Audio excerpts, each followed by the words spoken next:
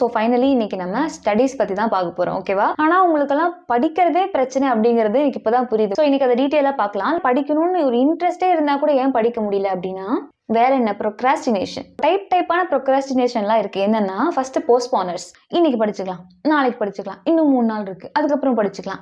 படிக்கிறேன்னு சொல்லிட்டே இருப்பாங்க, கடைசி வரைக்கும் படிக்க மாட்டாங்க. இன்னொன்னு வந்து கரெக்டான மூடுக்கு வெயிட் பண்றது. லைக் எனக்கு வந்து இப்போ மைண்ட் வந்து ஃப்ரீயா இருக்கணும், இப்போ ஒரு மாதிரி இருக்கு, எனக்கு ஃபோன் பார்க்கணும்னு தோணுது, கொஞ்ச நேரம் ரெஸ்ட் எடுக்கணும்னு தோணுது, இந்த மாதிரி எல்லாம் பண்றேன் இல்லையா, அது ஒரு செகண்ட் விதம். மூணாவது டைம் வேஸ்டிங். லைக் நீ வந்து புக் ஓபன் பண்ணி தான் உட்காந்துருப்ப, லைக் உன்னை பார்த்தா மணிக்கணக்கா படிக்கிற மாதிரி இருக்கும். இது மட்டும் தான் படிச்சுட்டு இருக்குமே தவிர இது ஊர் சுத்தி உலகம் சுத்தி எல்லாம் பார்த்துட்டு யோசிச்சுட்டு வந்ததுக்கு அப்புறம் புக்கை பார்த்தா ஒண்ணுமே புரியாது. நாலாவது டைப் ஆஃப் ப்ரொக்ராஸ்டினேஷன் வந்து ஃபியர் அவாய்டன்ஸ். என்ன மாதிரி தான், லைக் யாராவது சொல்லிட்டாங்கன்னா நமக்கு பயம் வந்துருல, ஐயோ பயம் வந்துச்சு நான் படிக்க மாட்டேன், எனக்கு எப்படி இருந்தாலும் நான் கடைசியா படிச்சுக்குவேன். அஞ்சாவது டைப்பும் நம்மள நிறைய பேருக்கு செட் ஆகும், which is over planners. Plan தான் பயங்கரமா இருக்கும். நிறைய பேர் சொல்லுவாங்க இல்லையா, லைக் என் மைண்ட்ல பயங்கரமான பிசினஸ் ஐடியாஸ்லாம் இருக்கு, ஐடியாஸ் மைண்ட்ல இருக்க வரைக்கும் அது ஒரு வேஸ்ட், அது யாருக்குமே யூஸ் ஆகாது. இந்த மாதிரி நிறைய விஷயத்தினால நீ அந்த படிப்பை வந்து கம்ப்ளீட்டா அவாய்ட் பண்ற. ஓகேவா? How to over come this, இதை நம்ம எப்படி ஓவர் கம் பண்ணலாம் அப்படிங்கறத சிம்பிளா நான் சொல்றேன்.